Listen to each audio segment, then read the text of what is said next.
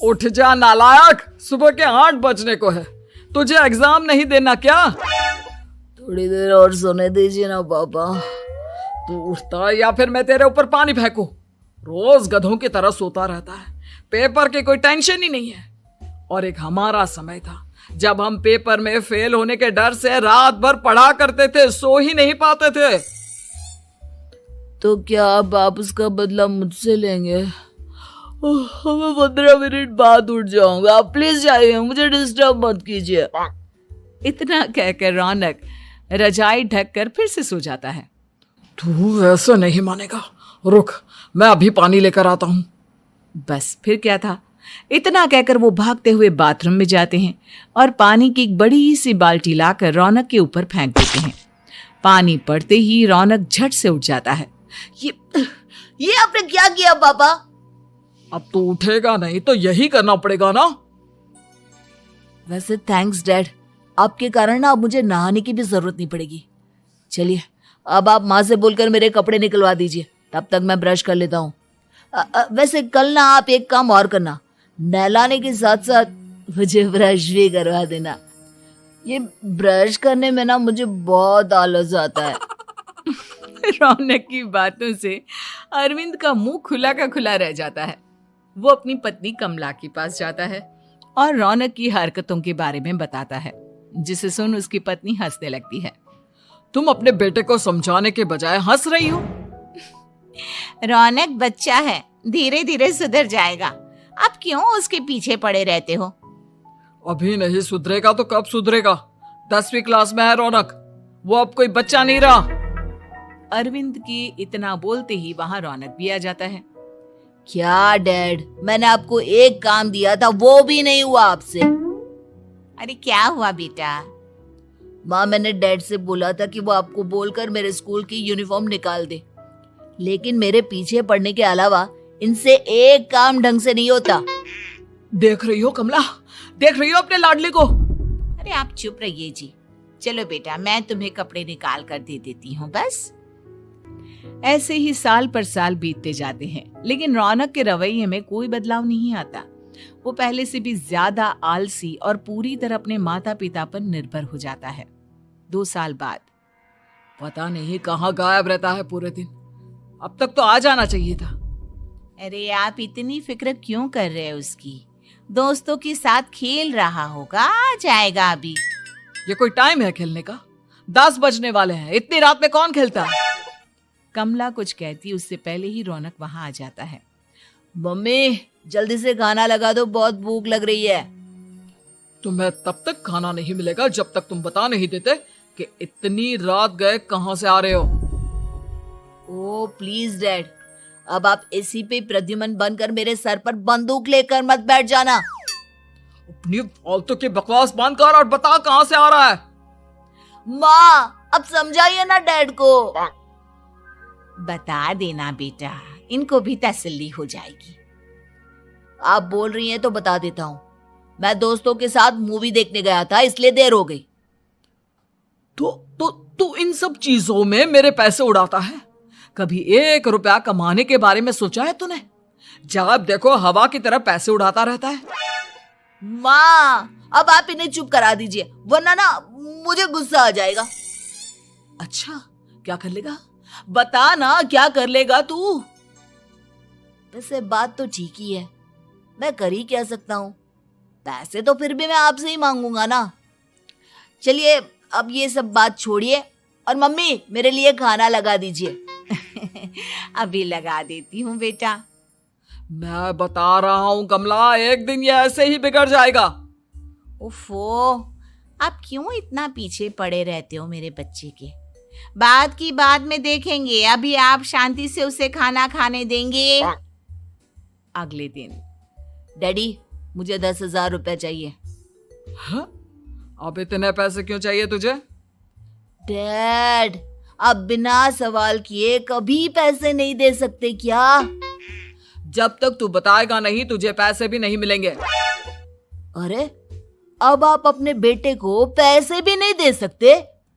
नालायक, तेरी उम्र के लोग नौकरी करते हैं और एक तू है जो नौकरी करने का नाम ही नहीं लेता कभी। आप लोगों के होते हुए भला मैं नौकरी क्यों करूं?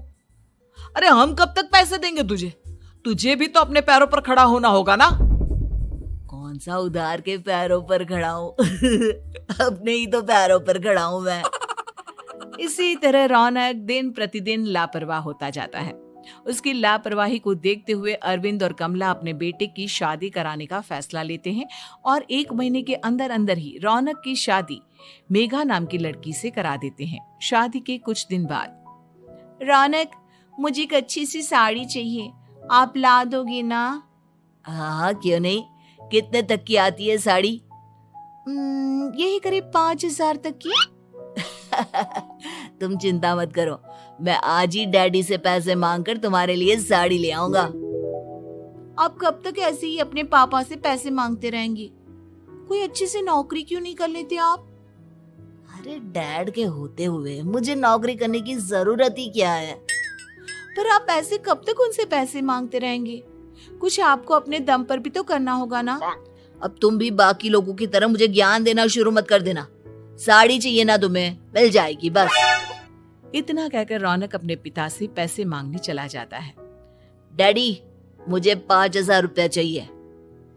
अब 5,000 क्यों चाहिए तुझे? वो मेघा को साड़ी चाहिए थी। अरविंद आगे बिना कुछ कहे चुपचाप उसे पैसे निकाल कर दे देता है। कुछ दिन बाद, तुम्हें नहीं लगता कमला, रौनक हम पर पहले से भी ज्यादा डिपेंड हो गया है? मुझे तो अब उसके भविष्य की चिंता होने लगी है। कल को हमें कुछ हो गया तो वो क्या करेगा? काश तुमने पहले ये सोच लिया होता तो आज हमारा बेटा इतना लापरवाह नहीं होता। तब मुझे कहाँ पता था कि मेरा लाड प्यार उसे इतना बिगाड़ देगा कि वो इस हद तक लापरवाह बन जाएगा। कोई बात नहीं, अभी भी देर नहीं हुई। मुझे पता है उसे कैसे सुधारा जा सकता है। कैसे? अरविंद कुछ कहता उससे पहले रौनक वहां आ जाता है और पैसों के लिए हाथ फैलाने लगता है। डैड, मैं और मेघा बाहर घूमने जाना चाहते हैं। अरे वाह, ये आज सूरज कहाँ से निकला है? Dad please. अच्छा चलो अब मुद्दे की बात करो। मुझे अब 25,000 चाहिए। अब तुम्हें 1 रुपया भी नहीं मिलने वाला। अगर तुम्हें पैसों की इतनी ही जरूरत है तो कोई ढंग की नौकरी कर लो। मम्मी, आप कुछ कहिए ना डैड को। बेटा, वो गलत क्या बोल रहे हैं? ये सब हम तेरे भले के लिए ही तो कर रहे हैं। मम्मा, मैंने बताया ना आपको, मुझे नहीं करनी कोई जॉब वॉब। तो ठीक है, निकल जाओ हमारे घर से। तुम्हारे जैसे लोगों के लिए मैंने ये घर खड़ा नहीं किया है। जितना ये घर आपका है ना, उतना ही मेरा भी है। मैं कहीं नहीं जाने वाला। जाना तो पड़ेगा ही तुझे, क्योंकि अब मैं तेरा कोई भी खर्चा नहीं उठाने वाला। ठीक है, मत उठाइए मेरा खर्चा, मैं अपने दम पर भी जी सकता हूँ। तो बेशर्मों की तरह अब तक यहाँ क्यों खड़ा है? अपना सामान ले और निकल जाए यहाँ से। रौनक पैर पटकते हुए वहां से चला जाता है। घर से निकालना जरूरी है क्या उसे? बिना पैसों के कौन रखेगा उसे किराए पर? अगर उसका भविष्य सुधारना है तो हमें अपने दिल पर पत्थर रखकर ये कदम उठाना ही होगा। दोनों बात कर रहे होते हैं कि रौनक अपनी पत्नी के साथ एक बड़ा सा बैग लेकर घर से निकल जाता है, लेकिन घर से बाहर उसे कोई भी मुफ्त में अपने घर किराए पर नहीं रखता। अंत में थक हार कर वो फिर से अपने घर चला जाता है। क्या हुआ? थोड़ी देर पहले तो दहाड़ते हुए घर से निकला था, अब क्या हुआ? नहीं रखा ना किसी ने तुझे किराए पर?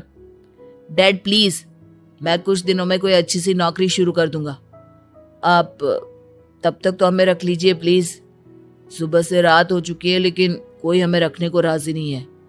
अब आप ही बताइए, इतनी रात को मैं मेघा को लेकर कहाँ जाऊंगा?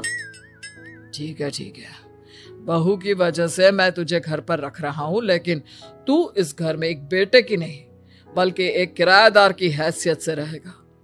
3 महीने हैं तेरे पास। इन 3 महीनों के अंदर अंदर मुझे तेरी पहली तनख्वाह हाथ में चाहिए, समझ गया? पक्का डैड, इन 3 महीनों के अंदर अंदर तो कोई बढ़िया सी नौकरी ढूंढ ही लूंगा मैं। ऐसे ही धीरे धीरे समय बीतने लगता है और अरविंद के दिए 3 महीनों में से 2 महीने बीत चुके होते हैं। पापा जी ने हमें 3 महीने दिए थे, जिसमें से 2 महीने तो बीत चुके हैं। अब ये आखिरी महीना बचा है। अरे तुम चिंता मत करो, आज मेरा ना 2 जगह इंटरव्यू है, दोनों में से कहीं ना कहीं तो जॉब लगी जाएगी। अच्छा, all the best. Raunak interview के लिए निकल जाता है, जिसके बाद शाम में रौनक घर आता है। कैसा गया इंटरव्यू? आपकी नौकरी लगी या नहीं?